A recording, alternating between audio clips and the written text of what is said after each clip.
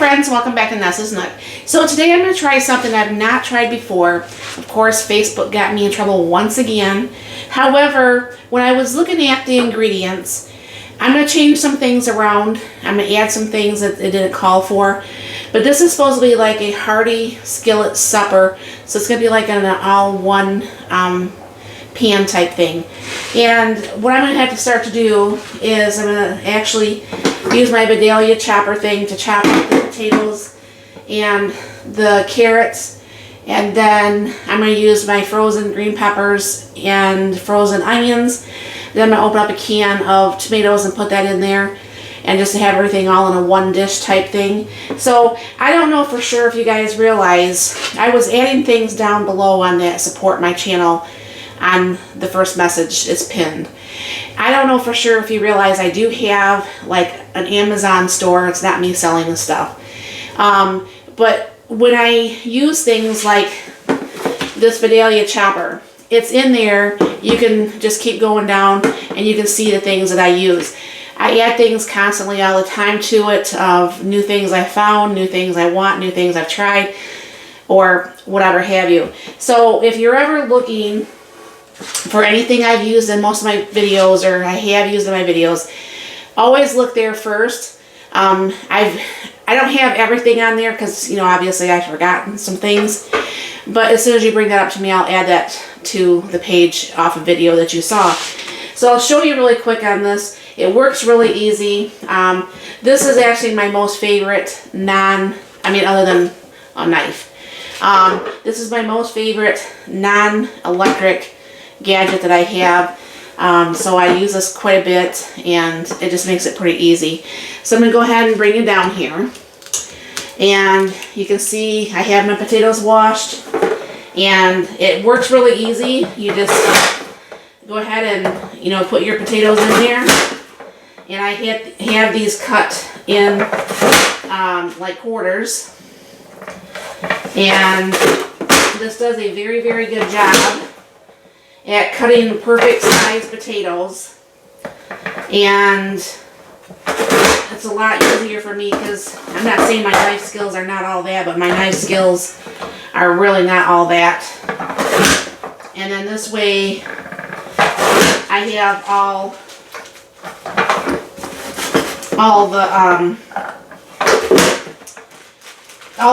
of it the same size. Now, just to let you know, when this is full, this is about a pint of potatoes. I know that because I've used it for my tomatoes and my potatoes and stuff like that.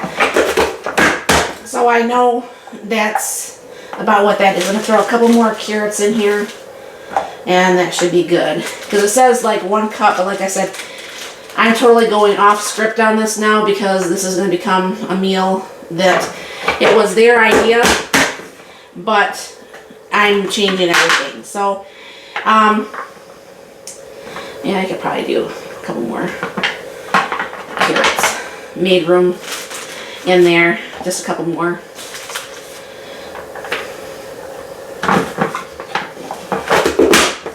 Alright. So anyways, so what I'm going to do is I'm going to bring you over to the stove, and we'll get everything ready, and we'll get dinner cooking. Alright, so here we are at the stove. I'm going to go ahead and turn the stove on.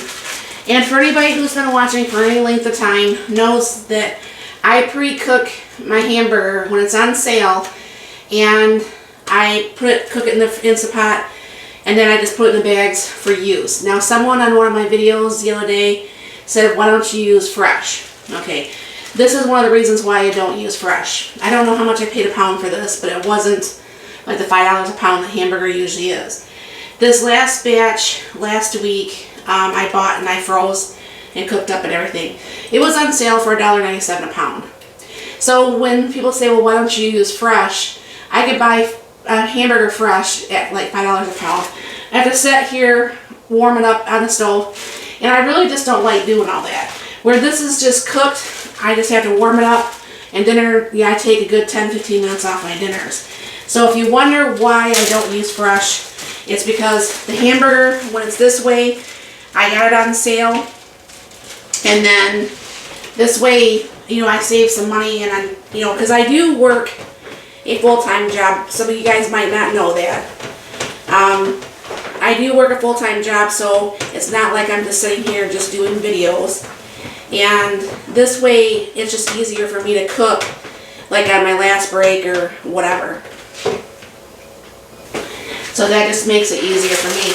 So what I'm going to do is I'm going to take some of my frozen green peppers and some of my frozen onions. Now obviously if you had those fresh, go ahead and use the fresh ones. Because as this is warming up, I'm wanting to cook these vegetables a little bit. And then what I'm going to go ahead and do is put in my potatoes and carrots also. And you know what? Yes, I'm going to do that here. Bear with me for a second here. I didn't think this pan would be big enough. I'm just going to throw everything in my Dutch oven. I think that'd just be a lot easier. So I still got to get rice in here. I got to get the tomatoes in here and everything like that. So I'm just going to go ahead and use up more dishes. But it works. So go ahead and still cook this up here. I'm going to let this kind of like cook just a little bit before I put in. I'm going to put in the beef broth. I am going to go ahead and put in, other than making a big mess of rice, a half a cup of rice. And I'm not going to use the minced garlic that they want me to use. I'm just going to be using the garlic and onion powder. So I'm going to go ahead and let this cook for a few minutes and we'll get this going. Alright, so I'm going to take my can of petite diced tomatoes and I left the juice in there. And I'm going to go ahead and put in my 1 cup of beef broth. Because I just think it would taste better with beef broth versus just water.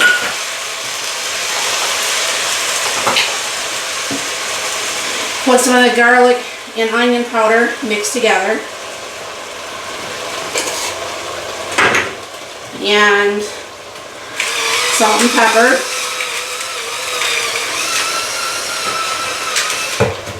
And obviously that's to your liking. And what I'll be doing is I'm going to go ahead and get as much of this off the bottom from cooking with no oil, obviously. So I don't know for sure if you can actually really even see this. That might be helpful. And so I'm going to go ahead and I got most of that off there. I'm just going to go ahead and stir this up just a little bit. And then what I'm going to be doing is I'm going to lower the temperature. And I'm going to let this cook at least a good probably 15 to 20 minutes on a lower temp. So I'm going to go ahead and put this on low and go ahead and put the lid on and I will come back and show you what that's looking like.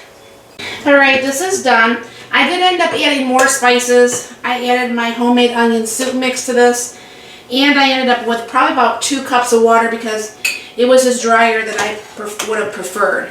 Now this is probably not the most attractive meal that there is out there. However, this is what it's looking like.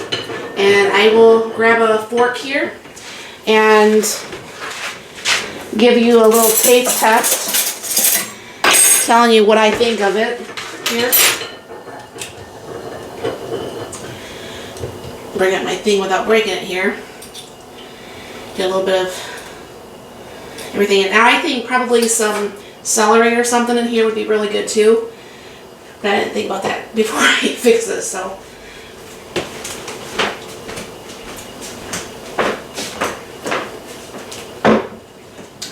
That's really good. I mean, that is nice and hearty.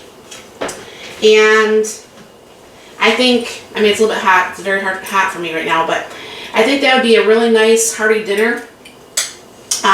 It's going to be very filling. And of course, you can change or not change the things that you would put in here. I think this is a very flexible meal. I'll put down below what I did add to this so you can kind of see. And of course I don't measure anything, so we can't go by that. But hopefully you'll try this yourself. Let me know what you think. And thank you very much for stopping by. You have a very blessed and wonderful day.